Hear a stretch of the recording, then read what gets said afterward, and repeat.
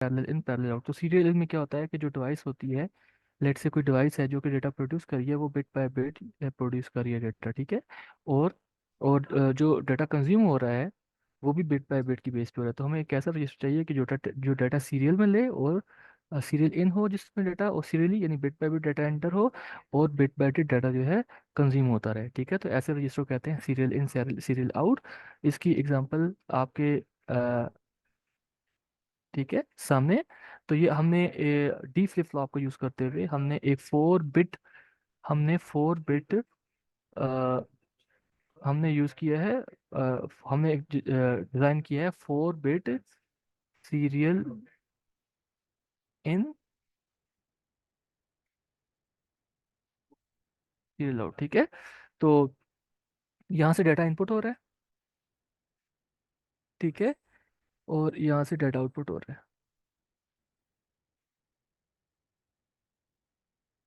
ठीक है। तो देखिए, one bit by bit data enter हो रहा है और bit by bit data out हो रहा है। तो बेसिकली अगर हमने फ्लिप फ्लॉप्स को यूज़ करते हुए या डी फ्लिप फ्लॉप्स को यूज़ करते हुए हमने एक ऐसा रजिस्टर बनाना है जो कि सीरियली डाटा को रीड करे, और यानी सीरियली डाटा जिसमें हम एंटर करें, और आउटपुट पे वो सीरियली यानी बिट बाय बिट डाटा जो है वो जो है आउटपुट के ऊपर शो हो। तो उसके लिए हम क्या करेंगे, बहुत सिंपल इसकी लॉजिक है कि आपने जो फर्स्ट फ्लिप फ्लॉप है, जो लेफ्ट मोस्ट फ्लिप फ्लॉप है, वहां से आपने डाटा को एंटर करना है, ठीक है। यहाँ से डाटा एंटर हो रहा है, लेट से मैं कहता हूँ कि डाटा है 0101, तो लेट से पहले जीरो गया, ठीक है, डाटा गया, ठीक है। यहाँ से फिर हमने क्या करना है, फर्स्ट फ्लिप फ्लॉप की क्यू को नेक्स्ट की डी से, नेक्स्ट की फिर फ्लिप फ्लॉप को थर्ड के डी इनपुट से, और जो थर्ड फ्लिप फ्लॉप की आउटपुट है उसको लास्ट फ्लिप फ्लॉप की डी इनपुट से कनेक्ट कर दिया, ठीक है। और जो लास्ट फ्लिप फ्लॉप की आउटपुट है वहां से हमारे पास डाटा आउटपुट होगा, ठीक है।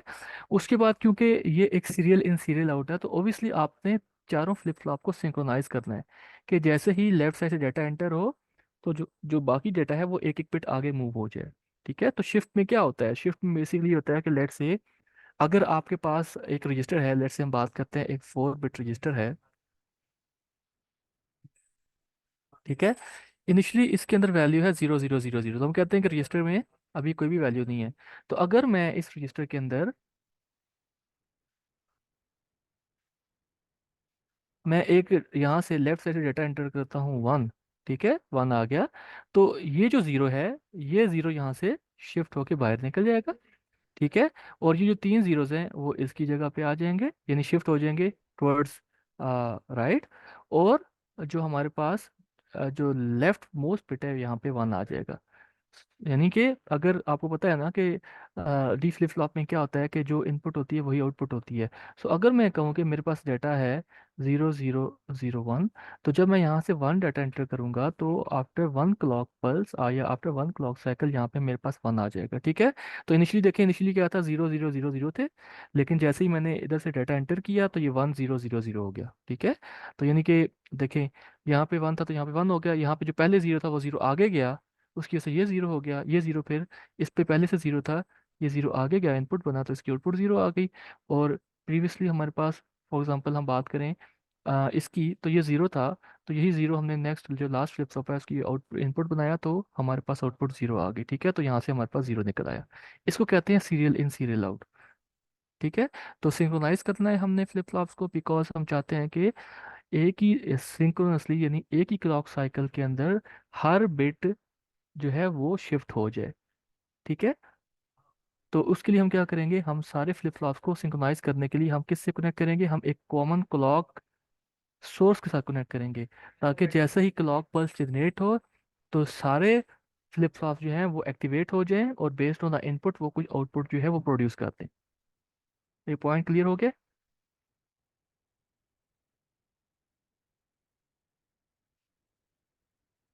जी लिख के बताएं प्लीज।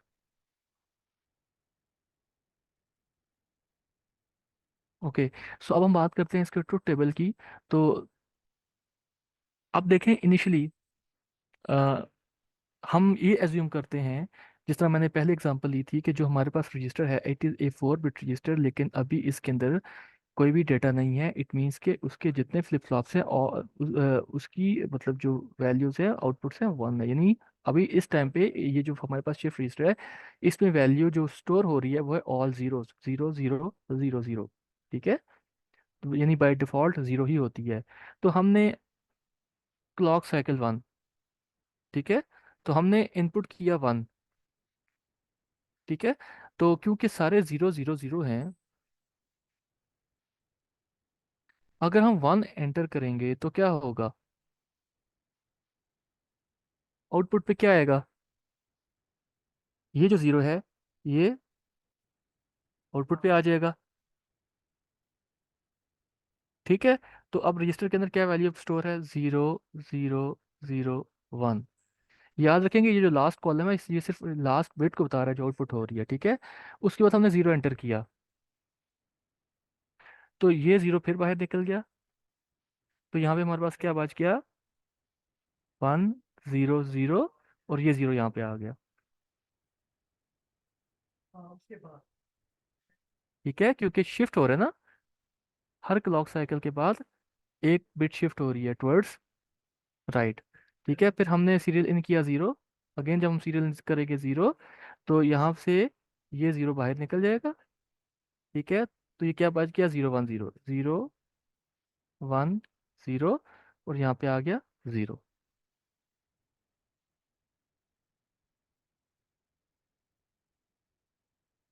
ठीक है।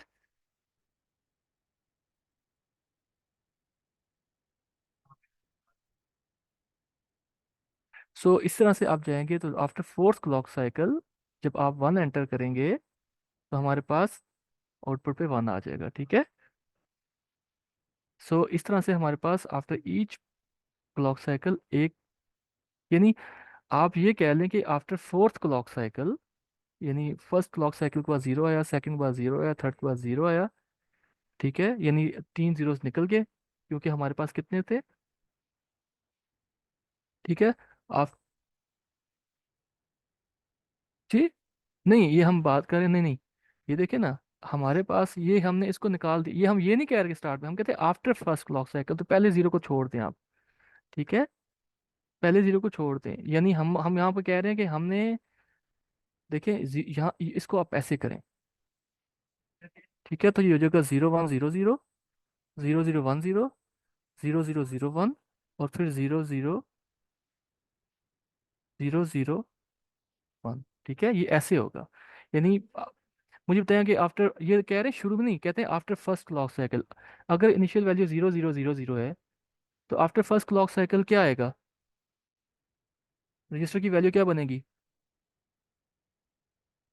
अगर हम वन एंटर कर रहे हैं one zero zero zero, after second clock cycle क्या होगा, zero one zero zero, after third clock cycle क्या होगा, जीरो जीरो वन जीरो, ठीक है। So after fourth clock clock cycle क्या होगा, जीरो जीरो जीरो वन, तो ये वन हमारे पास सीरियल आउट होगा, ठीक है। उसके बाद फिर क्या होगा, उसके बाद हम कोई भी डाटा एंटर नहीं कर रहे, इस पर अगर आप जो एक्स का मतलब डोंट केयर, जो मर्जी आप डाटा एंटर करें, इसका मतलब ये है कि अब हमें हमें इस चीज़ से कंसर्न नहीं है कि फाइव सिक्स और सेवन में क्या, क्लॉक साइकिल फाइव में सिक्स में सेवन में क्या आ रहा है, हमें पता है कि चाहे पीछे जो मुझे डाटा है, हमने जो डाटा एंटर किया हुआ था, सो बेसिकली हमारे पास डाटा आ गया था ये वन ज़ीरो ज़ीरो वन आ गया था, तो पहले वन निकला, उसके बाद फिर ये ज़ीरो निकलेगा, फिर जीरो निकलेगा, और फिर वन निकलेगा, ठीक है। And we are not concern के पीछे डाटा क्या आ रहा है, हमने सिंपल इन्हीं चार बिट्स को हमने जो एंटर किया था वन जीरो जीरो वन, हम इसी को कंसर्न कर रहे हैं, हमारी कंसर्न इसी से है कि जो डाटा हमने एंटर किया है वो डाटा आउट कैसे हो रहा है, ठीक है, ये डोंट केयर है, यानी हमें अब इससे कंसर्न नहीं है कि क्या है, क्योंकि हमारी हमारी जो वैल्यू थी वो फोर बिट वैल्यू थी, ठीक है। तो हम ये फोर बिट वैल्यू हम सीरियली एंटर कर रहे हैं और सीरियली हमने आउटपुट करना है, क्लियर हो गया।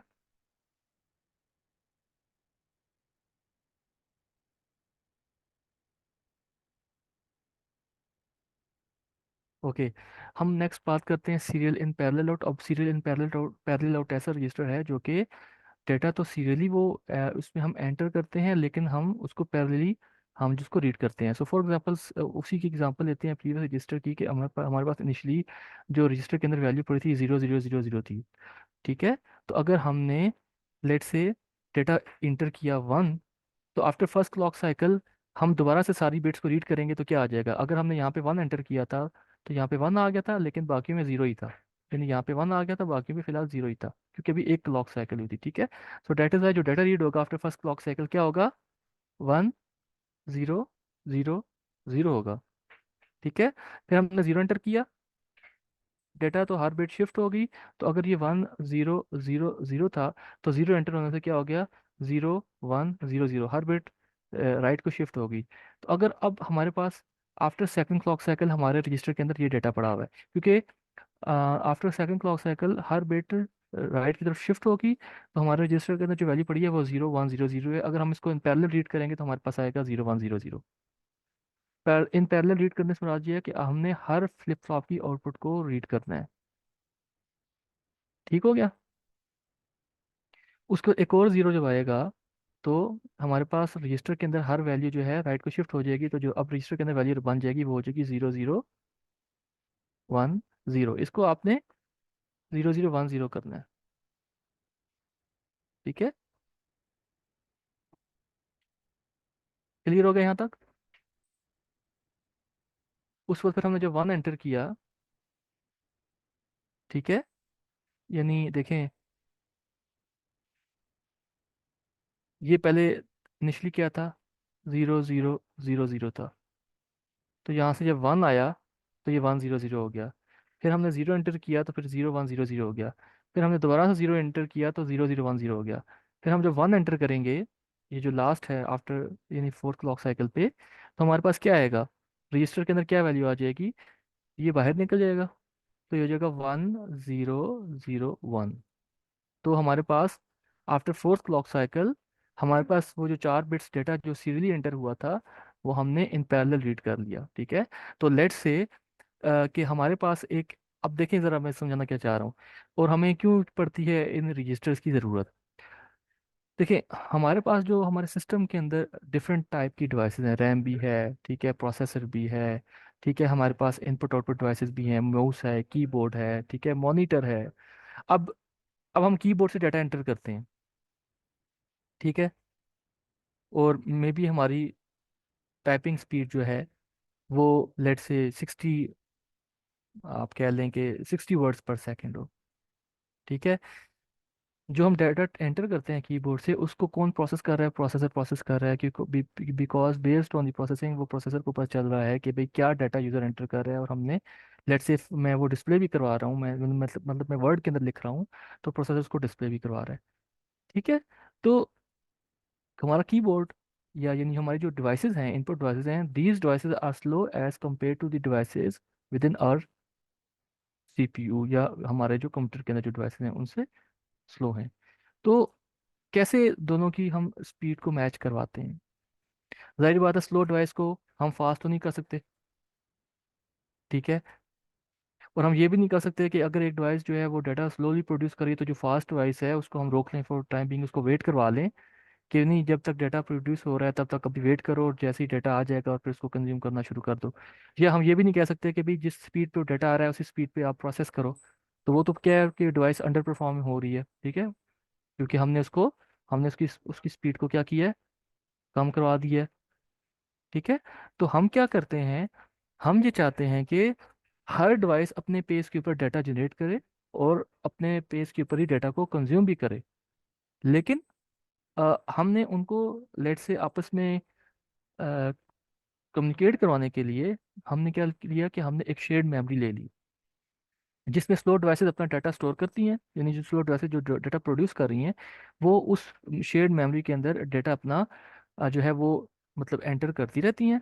और जो फास्ट डिवाइसेस हैं वो बाद में जैसे ही डाटा प्रोड्यूस हो जाता है, तो जो स्लो डिवाइस है वो फास्ट डिवाइस को एक एक्नॉलेजमेंट भेजती है कि डाटा मैंने प्रोड्यूस कर लिया, now you can consume the data और you can read the data. तो इसलिए हमारे पास बीच में जो मेमोरी यूज होती है, हम उनके जो बफर यूज होता है डेट इज बेसिकली रजिस्टर। तो हम यहाँ पे कह रहे हैं कि यहाँ पे हमारे पास ये जो शिफ्ट रजिस्टर है ये भी एज अ बफर वर्क करता है, ठीक है। तो अगर हम कहें कि सीरियल इन यानी एक ऐसी डिवाइस है जो कि एक एक बिट करके डाटा प्रोड्यूस कर रही है, और दूसरी साइड पे एक ऐसी डिवाइस है जो कि इकट्ठा एक ही टाइम पे मल्टीपल बिट्स को वो कंज्यूम कर सकती है, तो हमें बीच में एक रजिस्टर चाहिए। तो serial in, parallel out. Serial in यानी जो डाटा प्रोड्यूस कर रहा है जो भी डिवाइस वो सीरियली बिट बाय बिट उस रजिस्टर के अंदर डाटा जो है वो एंटर कर रहा है, यानी राइट कर रहा है। और फिर तो अदर साइड पे हमारे पास एक ऐसी डिवाइस है जो कि इन पैरेलल सारे डाटा को, यानी डिपेंड करता है कि मल्टीपल बिट्स को, इट कैन बी, लेट से मैं कहता हूँ कि एक 16 बिट हमारे पास कोई आउटपुट डिवाइस है, जो 16 बिट डिवाइस है, जो कि at a time 16 bits data को प्रोड्यूस जो है कंज्यूम कर सकती है, तो वो बाद में इसको 16 बिट्स करके एट अ टाइम वो डाटा को कंज्यूम करेगी। ये क्लियर हो गया कि नहीं हुआ? ये मैं आपको थोड़ा सा एक एब्स्ट्रैक्ट एक्सप्लेनेशन दे रहा हूँ। इसकी जो डिटेल्ड एक्सप्लेनेशन है, आप इसके बाद जो आपका नेक्स्ट कोर्स आएगा CS 501, ठीक है, एडवांस कंप्यूटर आर्किटेक्चर, इसमें हम बात करेंगे कि डिवाइसेस जो हैं, वो डिवाइसेस की जो बसेस हैं उनको इम्प्लीमेंट कैसे करते हैं, उसमें आपको इन डिटेल समझ आएगी। लेकिन यहाँ पे सिंपल मैं आपको बताना चाह रहा हूँ कि ये जो रजिस्टर्स होते हैं, शिफ्ट रजिस्टर्स, इनका क्या काम है। These devices act as a buffer between two, यानी दीज बेसिकली मेमोरीज, यानी shift registers are the memories which act as a buffer between two devices, ठीक है, and one of the devices can be a producer and other device can be a consumer। Clear होगा ये चीज़? तो हमने पहले बात की सीरियल इन सीरियल आउट की, फिर हम बात कर रहे हैं सीरियल इन पैरेलल आउट की। सो सीरियल इन पैरेलल आउट से मुराद एक ऐसा ऐसा रजिस्टर है जिसमें एक डिवाइस जो है एक एक 1 बाय 1 बिट करके डाटा को राइट कर रही है, और जो प्रोड्यूसर, जो कंज्यूमर है, वो मल्टीपल बिट्स को एट अ टाइम, यानी बर्स्ट में, ठीक है, बर्स्ट में वो बिट्स को वो कंज्यूम कर रही है या रीड कर रही है। ठीक है।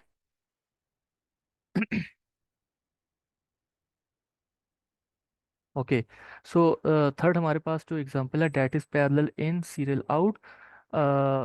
अब पैरेलल इन सीरियल आउट में क्या होता है कि हमने एक ऐसी डिवाइस है जो बहुत तेज़ है, ठीक है, उसने बहुत जल्दी से डाटा सारा जो है, लेट से मल्टीपल बिट्स का डाटा जो है वो उसने प्रोड्यूस कर दिया, ठीक है, और रजिस्टर के अंदर राइट कर दिया, यानी जो शेयर्ड मेमोरी है बिटवीन टू डिवाइसेस, राइट कर लिया, यानी अपने बफर के अंदर उसने राइट कर दिया।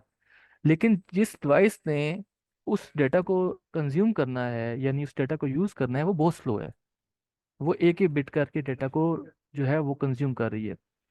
तो फिर हमें उसके लिए जो रजिस्टर चाहिए होगा वो होगा पैरेलल इन सीरियल आउट। तो पैरेलल इन सीरियल आउट क्या है कि हमारे पास, हम एक सेम क्लॉक साइकिल में, हम सारे जो हमारे पास उस रजिस्टर के फ्लिप फ्लॉप्स हैं, उनको हम इनपुट असाइन कर देते हैं, ठीक है, इस डिज़ाइन में। यानी हम हर दो फ्लिप फ्लॉप्स के दरमियान में एक और गेट यूज़ करते हैं, ठीक है, और हम इसको इनपुट दे देते हैं, ठीक है। फॉर एग्जांपल ये इनपुट थी हमारे पास 1 0 0 1,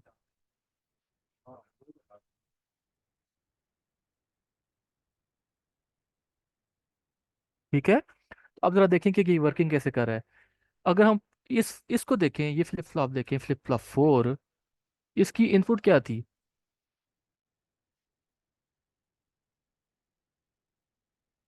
बताएं, जल्दी से बताएं। और जो सेकंड फ्लिप फ्लॉप है उसकी इनपुट क्या है? 2D।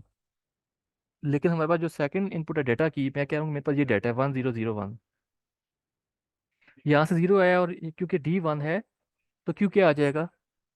डी अगर 1 है तो क्यू क्या होगा?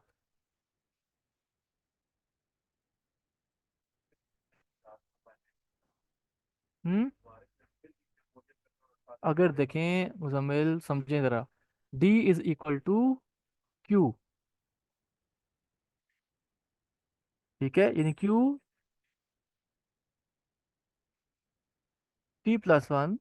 = D, ठीक है। सो अगर आप इनपुट 1 देते हैं तो आउटपुट भी 1 आएगी। अब अब 0 और 1 का और करें तो क्या आता है? 1 आता है, ठीक है। अगर हम ये 1, अच्छा देखें, हमारे पास फर्स्ट क्या थी, फर्स्ट वैल्यू क्या थी? 1 थी ना, ठीक है। तो यहाँ से यहाँ पे क्या, अगर ये 1 है तो ये क्या होगा? 1 है, 1 और 0 1, यहाँ पे 1 आ गया, 1 और 0 1, यहाँ पे 1 आ गया, और ये 1 का 1। सो बेसिकली क्या है कि हर क्लॉक साइकिल के बाद हमारे पास डेटा जो है वो शिफ्ट हो रहा है। तो इनिशियली आप देखें, जो डेटा हमने एंटर किया था ये था, ठीक है। तो जब मैंने 1 एंटर किया था तो यहाँ पे क्या आया था, आउटपुट पे क्या आया था आफ्टर फर्स्ट क्लॉक साइकिल? 1 आया था, ये देखें 1 आ गया।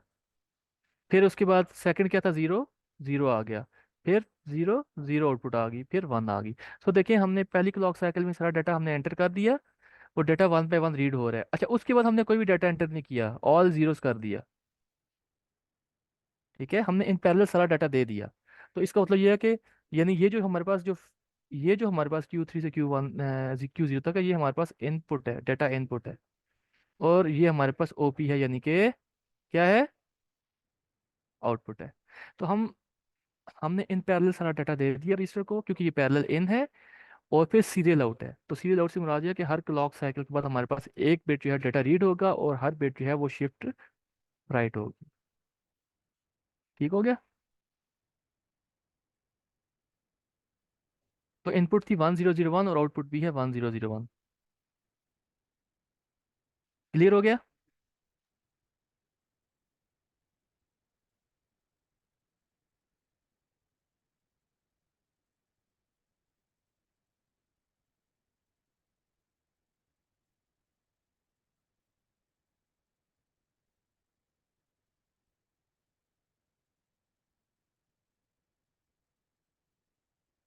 अच्छा, आप ये सोच रहे होंगे कि सर ये कैसे बना है ना। तो आप ये देखें कि आपको मैंने लास्ट टाइम बताया था, जब हमने काउंटर बनाया था, मैंने कहा था the most important thing for you to to design any circuit और any counter is to understand its function table.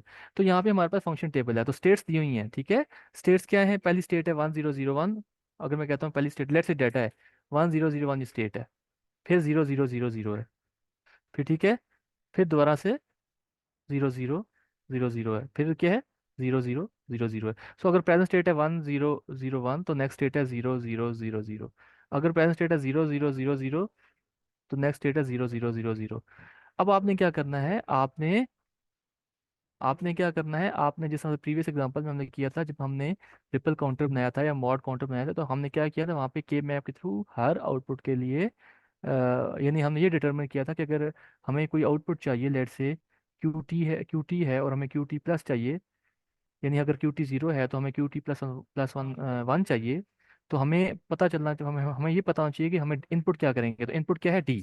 तो हमने डी के लिए हमने के मैप टेबल्स बनाए थे। आप उसको रिकॉल करें प्रीवियस लैब को, तो आपको ये आइडिया होगा कि कैसे हमने वहाँ पे के मैप के थ्रू जो है सर्किट बनाया था या काउंटर को डिज़ाइन किया था। ठीक है।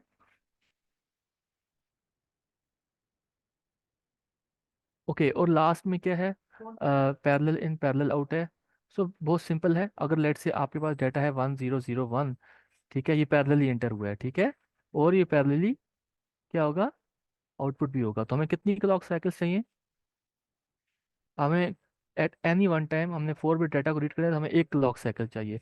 ठीक है, जिस क्लॉक साइकिल में हम डाटा एंटर करेंगे और उसके बाद हमें जो है डाटा रीड हो जाएगा। फॉर एग्जांपल अगर ये 1 था, ये 0 था, ये 0 था, और ये 1 था।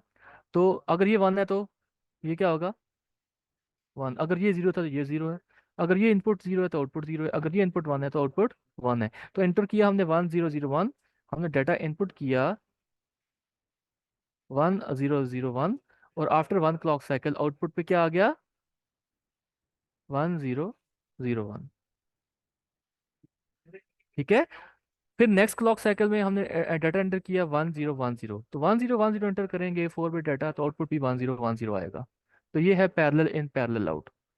ठीक है, इसमें आपने कुछ भी नहीं करना, हर जो फ्लिप फ्लॉप है वो जो है इंडिपेंडेंट है, वो किसी प्रीवियस फ्लिप फ्लॉप के ऊपर डिपेंडेंट नहीं है, क्योंकि हम डाटा को शिफ्ट नहीं कर रहे।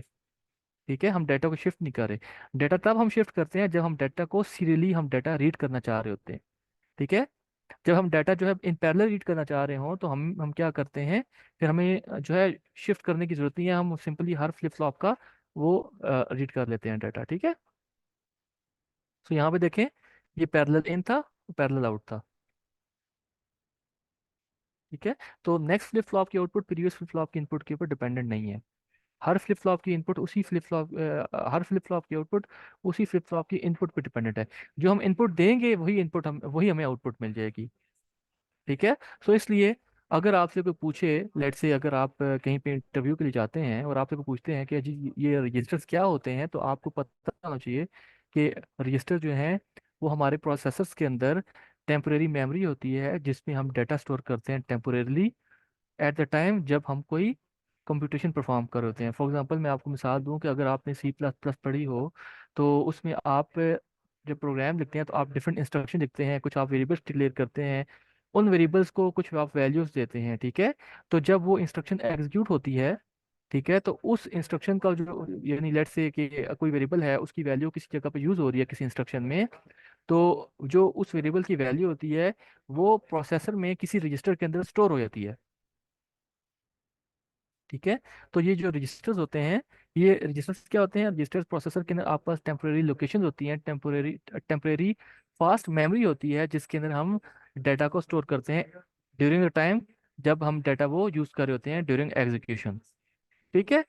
और इन रजिस्टर्स को डिजाइन करने के लिए हम यूज करते हैं फ्लिप फ्लॉप्स, ठीक है।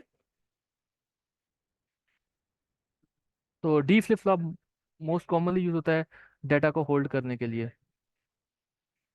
कैसे पता चलेगा कि कितनी क्लॉक पल्स चाहिए? देखें, अगर आपके पास अ, अगर आपके पास सीरियल इन सीरियल आउट है, तो अगर आपके पास 4 बिट डेटा है जो सीरियल इन हुआ है और आपने उसको सीरियली रीड करना है, ये जिस तरह से सीरियल इन सीरियल आउट, ठीक है, तो आपको 8 क्लॉक साइकिल्स चाहिए। क्यों? क्योंकि पहली 4 क्लॉक साइकिल में तो रजिस्टर जो है वो सारा फिल हो जाएगा, अगर एक एक बिट करके डेटा है, ठीक है। और अगली 4 क्लॉक साइकिल में यानी आफ्टर क्लॉक साइकिल 7, अगर हम 0 से स्टार्ट करें, तो आफ्टर क्लॉक साइकिल 7, ठीक है, देखें 0 से 7 तक है, 0 से लेकर 7 तक। 0 पे हमारे पास था 0 0 0 0, फिर हमारे पास आ गया 1 0 0 0, तो 0 रीड हो गया, ठीक है। तो हमारे पास हमें टोटल 8 क्लॉक साइकिल चाहिए अगर हमने 4 बिट डेटा को रजिस्टर 4 बिट डेटा को किसी serial in serial out register से रीड करना है, ठीक है। अगर हम पैरेलल आउट कर रहे हैं, तो फिर हमें अगर हम पैरेलल इन और सीरियल आउट कर रहे हैं, तो पहली क्लॉक साइकिल में सारा डाटा आ जाएगा रजिस्टर में, क्योंकि हमने पैरेलली डाटा को रीड किया है।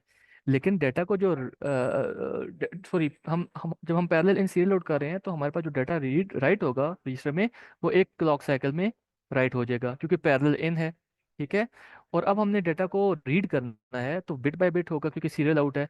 तो हर क्लॉक साइकिल के बाद एक बिट रीड होगी, तो टोटल हमें 1 to 5 यानी तकरीबन आफ्टर 4th क्लॉक साइकिल हमारे पास डाटा आ जाएगा, ठीक है।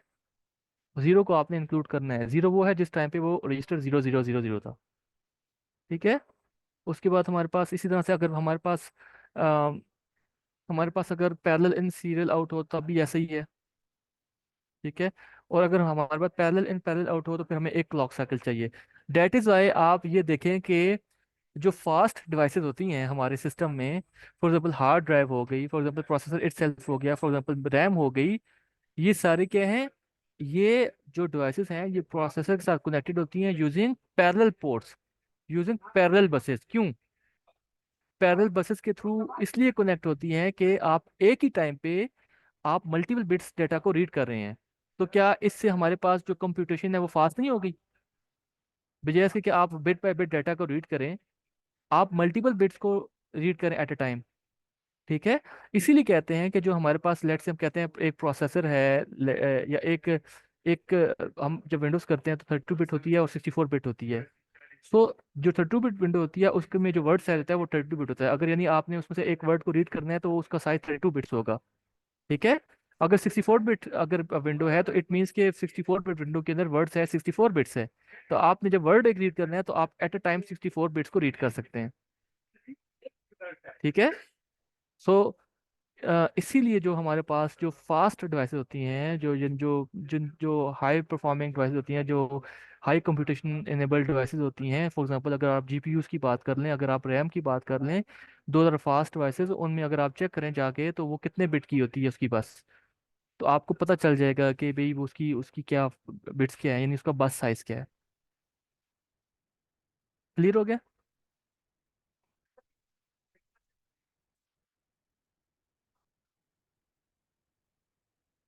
तो ये हमारी लैब 16 थी। तो इस तरह से हमने सारे अपनी जो पूरे सिलेबस को कवर कर लिया है। आई होप कि आपको चीज़ें समझ आई होंगी। बट स्टिल अभी भी 12 को पेपर हैं, तो आपका एमडीबी का जो प्लेटफॉर्म है या वो जो सेक्शन है वो ओपन है। So feel free to ask me any questions. I am here to help you. कोई भी क्वेश्चन हो, किसी भी लैब से रिलेटेड हो, तो feel free to ask me, ठीक है।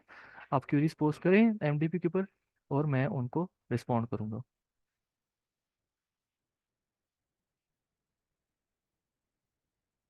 ओके। आप बताएं कि आप किसी भी लैब से रिलेटेड, अभी हमारे पास 21 मिनट बाकी हैं, तो किसी भी लैब से रिलेटेड अगर आपका कोई क्वेश्चन है तो आप पूछ लें।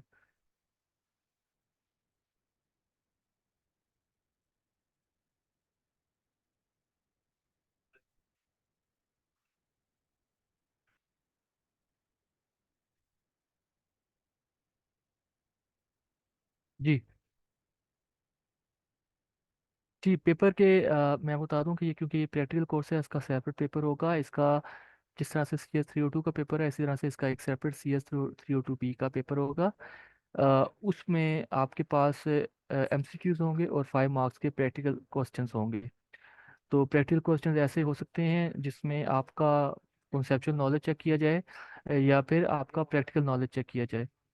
तो उसमें ये इस तरह से होता है कि आपको इलेक्ट्रॉनिक्स वर्क बेंच यूज़ करने की परमिशन होती है, ठीक है। तो आपको कोई भी मतलब कि लेट्स से अगर आप पेपर में, अगर आप एग्जाम सेंटर में जाते हैं, तो आप उनको पहले बताएं कि सर मेरा पेपर प्रैक्टिकल CS302P का है, तो हमें अलाउड है इलेक्ट्रॉनिक्स वर्क बेंच। तो काइंडली मुझे ऐसे कंप्यूटर पे बिठाएं जिसमें इलेक्ट्रॉनिक्स वर्क बेंच इंस्टॉल्ड हो, ठीक है। तो आपने इलेक्ट्रॉनिक्स वर्क बेंच के अंदर ही अपने सर्किट्स बना के उनको अपने सोल्यूशन में पेस्ट करना है।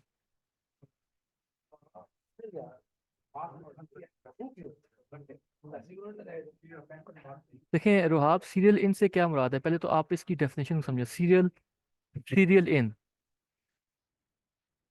के जो डाटा रजिस्टर के अंदर रीड हो रहा है वो सीरियली रीड हो रहा है, सॉरी राइट हो रहा है, वो सीरियली राइट हो रहा है, एक एक बिट करके।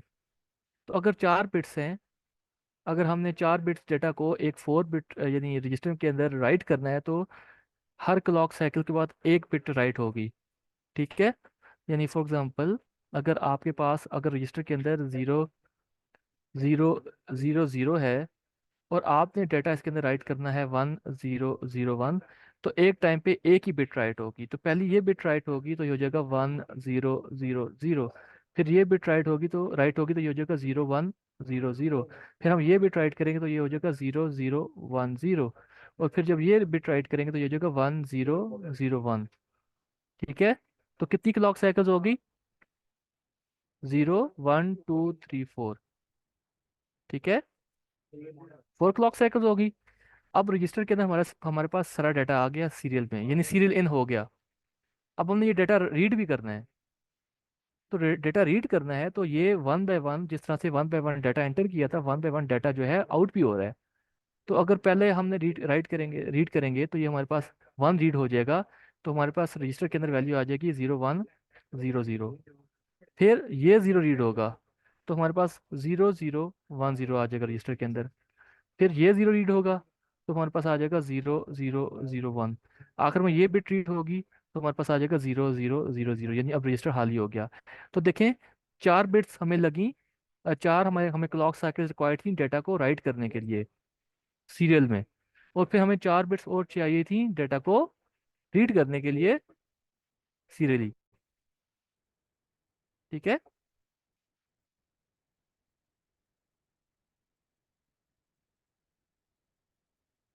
आप 8 की बजाय 7 भी कर सकते हैं, बिकॉज फर्स्ट क्लॉक साइकिल में तो डाटा है था ही 0। तो आफ्टर फर्स्ट, यानी ये कह रहे हैं हम कि आफ्टर 7th क्लॉक साइकिल, ठीक है।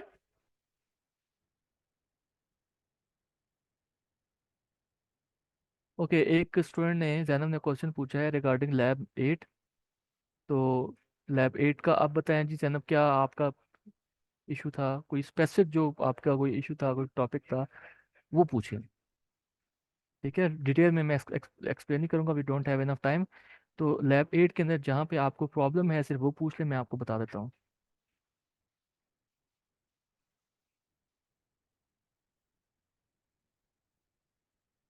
जी जनाब।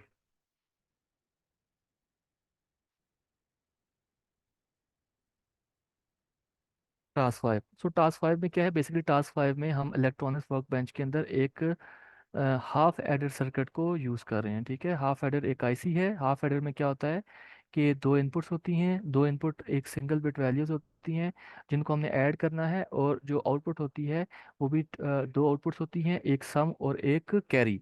ठीक है, कैरी आउट।